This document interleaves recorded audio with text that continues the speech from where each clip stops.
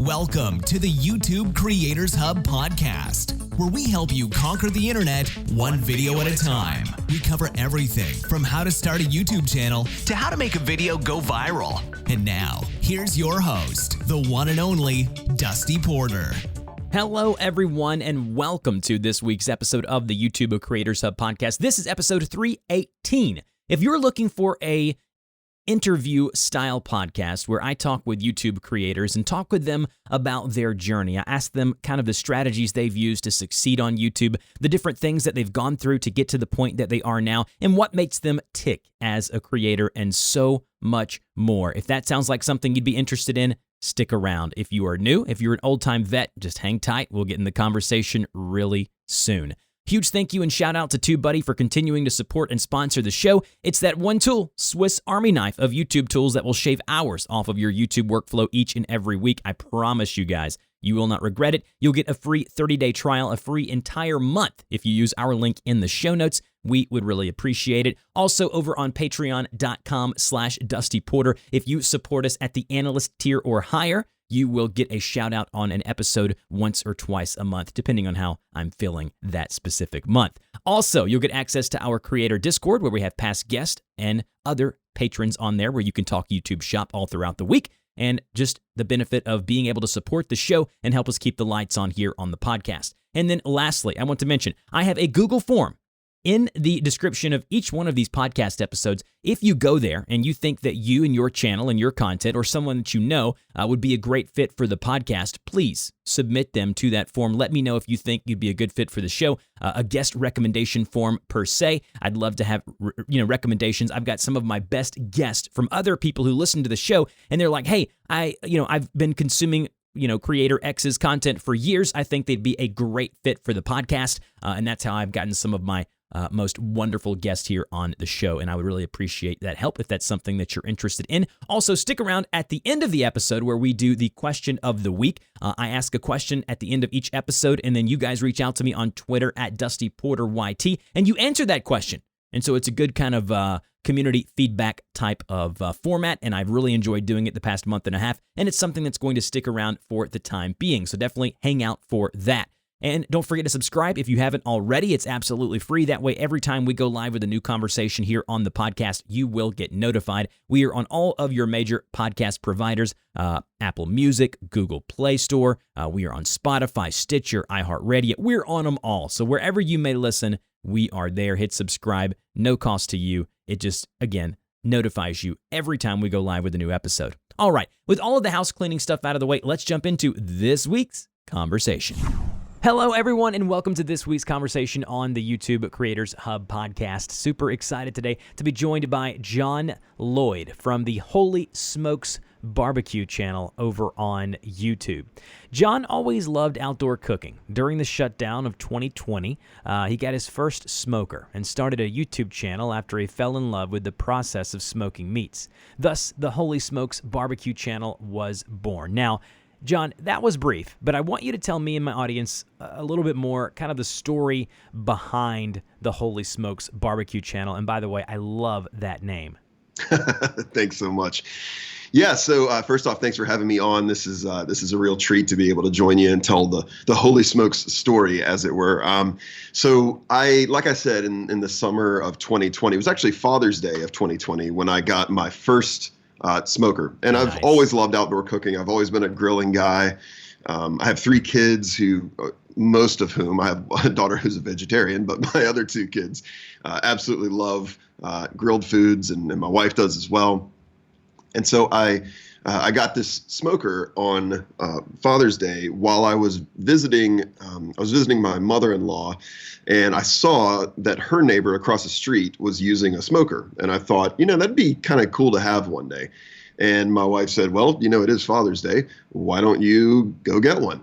And she didn't have to tell me twice. I immediately hopped in the car, drove over, picked one up. I didn't really know what I was buying at the moment, but I got it home, and the fun began. And I started to realize that there was so much more to smoking than there was to grilling, because smoking is so much more of a process.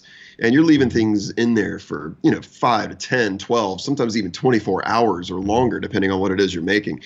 And so when you have the opportunity for people to experience that after the fact, it really does elicit this almost emotional connection for me, because I know that, yeah, you may have just come to my house and had a piece of brisket, but you don't know all that I put into that and all that time and energy and making sure that everything was perfect and checking it, all throughout the night and all those things. But the real payoff for me is that finished product and what people think about it.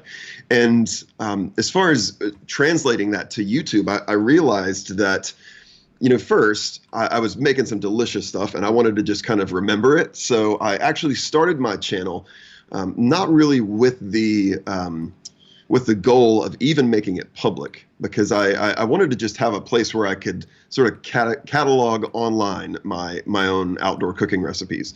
But I did make it a public channel, just, who knows what'll happen with it. And very quickly people started to kind of latch onto it. And I started gaining subscribers and getting a lot of likes on my videos. And that was a little over 2 years ago.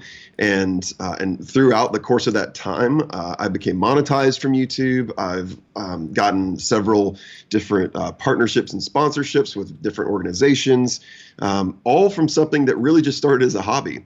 And it's been really successful in my own eyes. It's just been fun to know that there are people out there that enjoy this process like I do, and being able to show people that, you might, for example, eat a smoked burger, but here's what all goes into that. It's very much about the beauty and the fun and just the love of the process itself.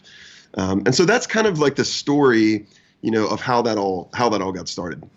So for me, there's a lot of really fun things about doing this podcast, but one of probably my favorite things is just the uniqueness and the different types of channels that people have on YouTube. I've had folks on here who teach people how to be Santa Claus. I've had people on here in IT, in tech, in gaming, in crafting, the automobile space. But the thing is, it's always unique, and the story behind everyone's channel is always different. So you got started. You went and got the smoker, and then you started putting out videos. You didn't know whether you were going to make it public or not. Kind of what made you decide, hey, listen, I'm going to make this public and see kind of where it goes. Was it your wife? Was it a family member? Kind of what made you kind of take the plunge of, okay, I want to capture the stories of preparing these meals and these meats and things like that, and I'm going to document that on YouTube, but then you're going to make that public. Kind of what was the deciding factor for you? Yeah, I'll be honest with you. It was my wife. You hit the nail on the head. She was watching my first video. We were just kind of watching it back mostly to just like see how it looked and sort of evaluate it ourselves. And she said, "This is really, really good, and I think you need to make this like public." And I thought, well, I don't really have like the time to do a weekly or a monthly video. I didn't even know what cadence I would have, any of that stuff. But we kind of learned it as we went along. And once I did that, like I said, people just started to latch onto it. Yeah, behind every good man is a better woman, is what I always say. So it is important also, while we're on this note, to have support from your family. Would you not agree? Because absolutely, especially early on, because there was 5-6 years where I didn't make a dime from my YouTube channel, and both my parents and my then girlfriend, fiance, now wife, were all very supportive, and none of them said you shouldn't do this or you need to start putting your time elsewhere. They really pushed me and urged me to do YouTube and content creation. I think it's very critical to talk about that as well. Yeah, for sure. And I think that's a really, really crucial part of it, because, I am a husband, I'm a father, I have a full-time job, actually a couple of different jobs, things that I do outside of, smoking meats and doing or hosting a YouTube channel. And so my time is already sort of with my family is kind of, limited sometimes. And so it's caused me to really try to make it as much of a family activity as possible. Even though I'm usually the only person you see on the channel, my family is all involved on the back end. Sometimes I'll have one of my sons come out and, hold a shade up if it's too sunny. Maybe I'll have, I definitely have one child who is my definitive taste tester. So he always gets the first bite aside from me. But yeah, everybody's been really, really supportive of it. Yeah, that's very, very important. And it can be something that you guys do together. And that can be some of the most fun times for me is when my daughter, who's now 7, has been bought in and she wants to be a YouTuber like Daddy, and she wants to help me any way she can editing video. Just small things that you can do it just makes it something that it's not work anymore. It's just kind of time well spent. And so exactly. I think going into it as a hobbyist, it's very important. Well, you've grown the channel. You've got a great community over there. I love the logo. As I mentioned before, I love the name. What is something that you learned early on, or not, let me rephrase that. What is something that you know now that you wish you would have known sooner? Yeah. I wish that I would have known that nobody wants to just stare at video of me stirring things. Because in my first video, there's a good, I think I timed it once. There's a good 3 minutes of combined time where I'm not speaking or doing anything, and you're just listening to me stir something, which isn't the most pleasing sound. That's awesome. And so I now, as I go back and watch it, you'll notice when you watch my videos now, you hardly ever see me stirring anything at normal speed. I will almost always time lapse that. And mainly because nobody wants to look at it. And that's also why my first video is the longest video, the longest running video as far as runtime goes of any video on my channel. It's just because I had a lot of that stuff that in hindsight, doing that same video again, it'd probably be about half as long. Yeah. How do you do self-evaluations like that? How do you go about, do you watch once you've uploaded? Obviously you have to do the check as you're editing and make sure it kind of meets quality control per se, but do you go back once it's uploaded and watch it a couple of times over to kind of critique yourself and to learn from that? Kind of what's your process with that goes as far as that goes? Yeah, so that's kind of where family comes in, because after my video uploads and converts to 4K or the 4K version is available rather, we sit down in the evening, sometimes as a full family, sometimes just me and my wife, sometimes just me and my wife and one child or something, and we'll sit down and actually watch it, and I won't say anything. I'll just listen for their reactions. And in my mind, I'm sort of taking mental notes. If something's really funny and I think that it actually, adds to the video, or it elicits some sort of emotional response from them, I'll kind of note that and say, maybe I should do more of that. Because again, what I'm doing here, I'm trying to build an emotional connection around food, which is something that most people don't really think about.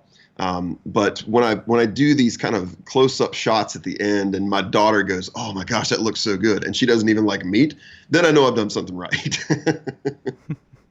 I love that. And how do you most folks think of storytelling when it comes to telling a story about characters or about a trip you've had. But when you're telling a story about food, what have you learned about storytelling? What have you garnered doing these videos now and uploading them and telling stories about kind of the meal that you're cooking? Yeah, so food is something that carries with it things like demographics. There are certain things that you can not really only, but primarily get in various parts of the country or even the world. And so I like to make a geographical connection, knowing that my viewership is spread all over the place. But also I like to relate to things personally. I'm originally from the South, and being from the South, it's all about big, bold flavors. And growing up, I had a lot of the things that I'm making now. And so I do like to interject personal stories. I remember when my mom used to make this, or I remember when my dad used to make this, or if it's something that's a really ubiquitous food, I'll just say I'm sure that you've had this before, but you've probably never had it like this. Just to, again, try to elicit more of that emotion from the viewer. And I think that I'm naturally a storyteller. It's part of what I do in my 9 to 5 is talk. And like I said, I've done some other stuff too, but I do enjoy conveying and bringing the person into the story of what's happening. And I feel like you can really make a connection with someone like that. Yeah, I completely agree. You've talked about sponsorships for the channel. Talk about how you got those. And kind of what the process was like for you, because most folks think of sponsorships and they're like, oh, you've got to have 1 billion subscribers. That's not the case at all. You just got to have a dedicated audience, whether it be small, medium, or large. So talk about your sponsorship experience and kind of from A to Z. Yeah, sure. So there were 2 different types of sponsorships that I sort of engaged with. One is sort of a corporate sponsorship that basically it's an agreement where like they provide a lot of the things that I make, or a lot of the equipment that I use. And I have 2 of those organizations. But before I got into those, I realized that, every week on my channel, I'm making either a meat or a seafood. Like I'm making, that's pretty much always, with the exception of when I do like smoked desserts or something, there's always a protein involved. And so I actually made some really great relationships with a local butcher shop and a local seafood market. And I went into there, I supported their business, I would buy everything that I got from them. And then after a while, I started to think, man, maybe we could form some kind of a partnership here. And I essentially just went in and I asked for the owner, and he came out and we, had a quick chat, and then he told me to come back another time, and I did, and we set up a meeting, and we worked out a way that they would be able to provide basically everything that I make on the channel from a meat perspective, and then I did the exact same thing with the local seafood place, and that's turned in, those 2 relationships have turned into some of the best. I'll say most profitable, but I don't mean profit in the monetary sense, just relationally profitable relationships that I have out there. And so now, I walk in there and everybody knows me, and they're talking about my latest video, and they're saying, oh, we love what you did with that. We never seen anybody do that. I just as a matter of fact, before this call, I had a smoker full of beef jerky that I was making that I'm going to take to them as just sort of a gift. We have that relationship with one another now, and people are going in there and mentioning that they heard about them on my channel. And that's been fantastic. But then I was able to use those local relationships to then approach some of these bigger corporate sponsorships and say, hey, right, here's my YouTube stats, right, which everybody's going to want to see, just so they know. But here's how I've been able to turn this into something that's more than just a moving picture on a screen. Like, this is actually something that has local community connections to family-owned businesses, which everybody likes to support, and is actually kind of doing some good, in a local area. And I've found that people, when you don't have 1 billion subscribers, like you said, as long as you've got a loyal, follower base and you can demonstrate that, I think that combined, at least for me, with that community connection, really has helped. Yeah, and as you mentioned, there are more resources for a YouTube channel, again, especially early on, than just monetary, right? Obviously, it's good to make money from your content, but relational. Those types of things are important, because as you grow, having those partners early on can help you push you to the next level. So whether it be relationships with partners like what you talked about, relationship with your community, it doesn't matter. There are other things that you can accumulate, from that, whether that be clientele, word of mouth, as you build and grow your community, more than just monetarily. But saying that, I do want to transition over to the monetization side of things just for a second. Sure. Talk about kind of what you're doing to make money on the channel, and maybe even talk numbers if you're comfortable with that. Yeah, sure. So I basically just follow about as baseline of utilizing the YouTube monetization tools as possible. I do, I do pre-rolls and post-rolls and mid-rolls. I do strategically place my mid-rolls, because even though YouTube does a pretty good job of that, as I'm editing, I have in mind where I want those breaks to go. So it's not just sort of left to the AI process. So I do that, and then I do, basically anything that YouTube will allow me to do. With the exception of I've not gotten into channel memberships or super thanks or anything like that, because I haven't really done anything that's outside of my normal cadence of stuff to warrant that. Like I haven't done any live streams yet. I haven't really done any sort of content that I would consider like a member only thing. But that's essentially like what I've done. Now, as far as the numbers go, as of right now, again, I launched my channel 2 years ago, but I only became monetized about 4 months ago. And so over the course of those 4 months, I've made just over $900 in ad revenue, and it's been pretty equally spaced each month, with the exception of last month that was down about 25%, which I'm still trying to nail down. But yeah, I think that what's really helped there is content creation on a consistent basis, and then just making sure that I'm creating stuff that people like. I had sort of a revelatory moment where I realized that, I was so excited to make this one dish, and it took a long time, and I ended up kind of messing up at one point and had to sort of stitch it together, and it took a long time. It was an all-day project, and it's even now barely gotten over 100 views, whereas some of my other videos are in the like 15, 20, 30,000. And I realize it's because like not everything that I find delicious and incredible and can't wait for everybody to see it, not everything that enters my mind like that does the same for other people. So I had to start kind of rethinking what I was going to be making. And once I did that, is really when I started to see an upshot in the monetization and the revenue.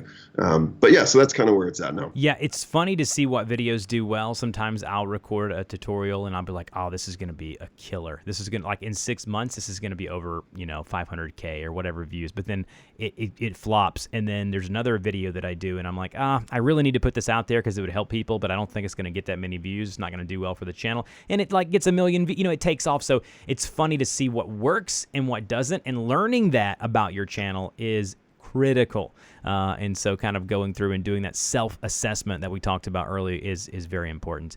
Let me ask you this. What is a video production like for you, as far as what tools are you using, and from start to finish, kind of how do you film one of your videos? Yeah. So I'll say this first. I am a one-man operation. So I film it, I edit it, I publish it, I do any sort of post-production. I do everything on the channel, which is a positive and sometimes a negative experience. But my typical experience, I typically film on Saturdays, and depending on what it is, it'll depend on what time I need to start, because again, a lot of the things that I make take a long time.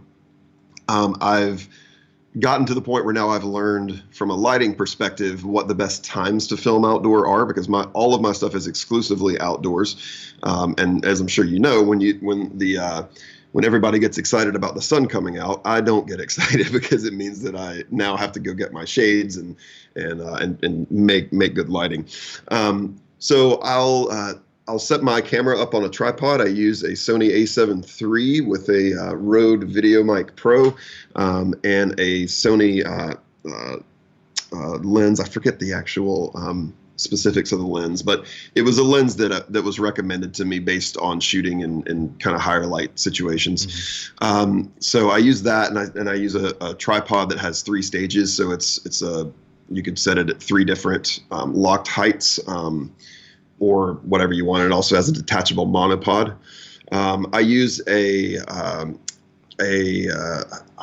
forget what it's called. I think it's like a rack tray or something like that. It's basically I sit my camera on it and glide it to the left and to the right, and that's so that I can get those really nice finished clips of the food.